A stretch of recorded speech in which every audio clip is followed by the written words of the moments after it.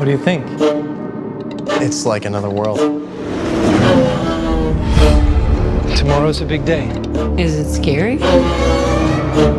Bonjour chez vous, aujourd'hui nous allons parler d'un film qui suscite beaucoup de débats dans la communauté des cinéphiles. Il s'agit de Midsommar, le deuxième film d'Ari Aster. Après le formidable Hérédité, il s'attaque à un genre que j'affectionne particulièrement, le folk horror. C'est parti les enfants!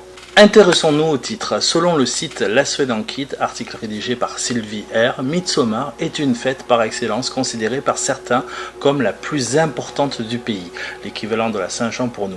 Midsommar célèbre le solstice d'été, une cérémonie rituelle en l'honneur du soleil et de la terre nourricière. Importée d'Allemagne, elle se fête autour du mât fleuri, symbole phallique érigé par les costauds du village, et de ses anneaux féminins, symbole d'abondance et de fertilité.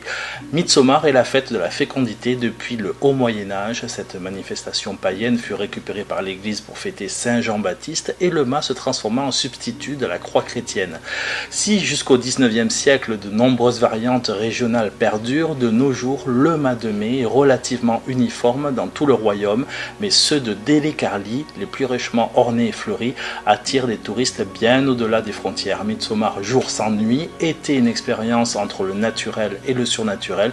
Ainsi, les plantes cueillis juste au moment de la rosée, posséder des vertus médicinales décuplées et se rouler nu dans la rosée le matin de Midsommar assurait force et santé. Tandis que quelques gouttes de cette rosée magique permettaient à la bière de fermenter et à la pâte à pain de bien lever. On se méfiait du Neiken, une créature maléfique des eaux particulièrement active à la Midsommar aux abords des lacs, mais restez sages, choisir 7 fleurs différentes et les placer sous l'oreiller permettait aux jeunes filles à marier de voir l'élu de leur cœur en rêve. De nos jours, Midsommar se fête encore, de préférence à la campagne, en famille, avec les copains et les voisins autour du mât planté dans le jardin, du Embitsgarden, maison des traditions populaires, danser la tête ornée d'une couronne de fleurs et chanter Smagrodona autour du mât est d'une tradition assez récente et permet d'inclure les plus jeunes à des festivités marquées par des activités davantage destinées aux adultes. Fermons la parenthèse historique et axons-nous sur le synopsis.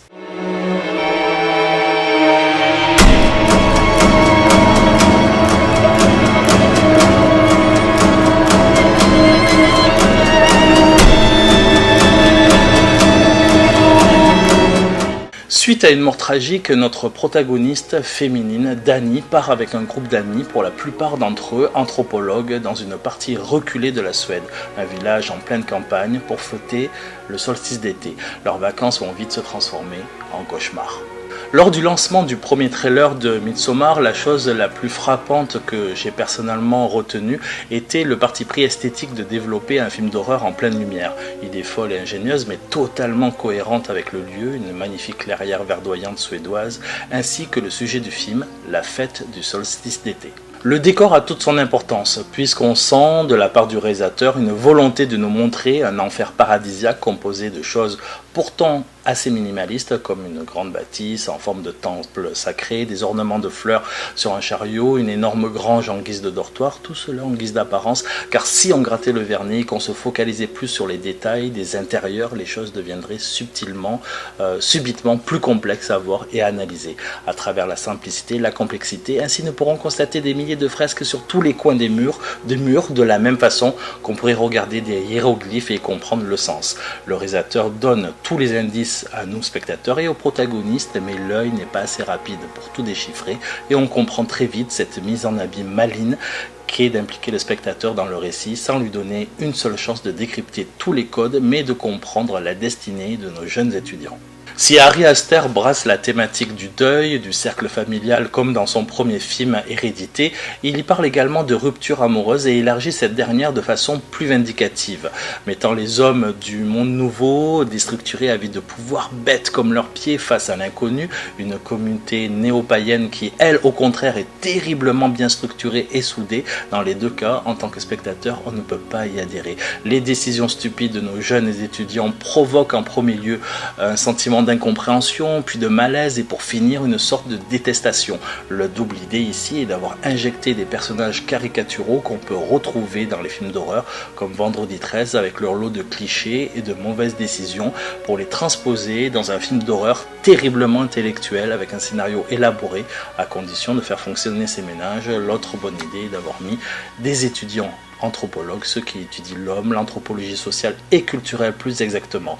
On pourrait faire une analyse beaucoup plus poussée qui renverrait à l'histoire des États-Unis, l'origine réelle américaine, la suprématie du blanc qui vient tout bafouer et saccager sur les terres inconnues, peuplées d'indigènes et de tribus qui n'ont rien demandé à personne. Midsommar est en quelque sorte un retour cinglant et sanglant à l'envoyeur.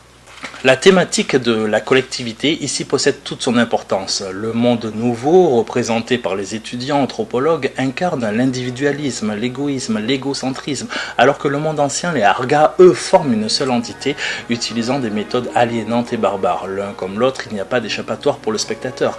Comme dans la ville de Derry, dans le Ça de Stephen King, ce petit village isolé est un personnage à part entière. On le sent respirer, on le sent souffler et murmurer des sons parfois imperceptibles à nos oreilles grâce à une ambiance sonore extrêmement travaillée. D'ailleurs, si vous regardez bien les scènes qui se passent dans le village, le son n'est jamais normal. Il est tantôt focalisé sur le bruit des assiettes ou des couverts, sur le son du vent et des oiseaux, et parfois il n'y a pas de son naturel du tout. Tout cela pour exprimer à travers le cadre qu'on est enfermé et qu'on doit subir comme les étudiants l'emprisonnement. Si les thématiques sont fortes et variées dans Midsommar, il y en a une en filigrane, en apparence mineure, mais qui me paraît la plus importante de toutes, celle du féminisme. Dani, notre personnage principal, est la seule à avoir une évolution intéressante au milieu du nouveau monde, affrontant de façon systémique la malédiction du deuil de ses parents et de sa sœur. Étant prisonnière de sa relation amoureuse, elle s'émancipera en embrassant un monde nouveau, c'est-à-dire le monde ancien. Si on se penche un peu plus sur la question, on remarquera que notre village est exclusivement matriarcal, les hommes étant là juste pour des fonctions ouvrières. C'est assez fou que ce film dévise alors qu'il regorge de folie créatrice, autant sur le plan scénaristique que sur le plan de la réalisation ou sur le plan artistique. Midsommar est un énorme chef-d'œuvre qui renouvelle le film d'horreur et selon moi il y aura un avant et un après Midsommar. Ari Aster joue à Stanley Kubrick et il le fait sacrément bien. C'est bien simple, tous ces plans veulent dire quelque chose, rien n'est gratuit, rien n'est mis au hasard. J'ai lu ça dans une critique américaine que lorsque les jeunes étudiants arrivent en voiture et qu'on aperçoit la grande banderole du village, la caméra s'inverse comme pour signifier qu'ils arrivent dans un autre monde, un peu comme Alice de l'autre côté du miroir.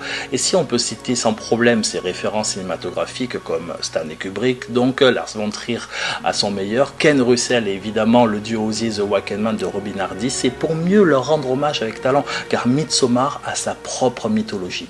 Si le casting est parfait, on ne peut que souligner l'extraordinaire performance de Florence Pugh. Cette actrice ne fait pas que s'investir, elle transcende. Remarquable évolution de son rôle de petite fille en deuil à femme qui s'accomplit, entre guillemets, vous comprendrez pourquoi en regardant le film.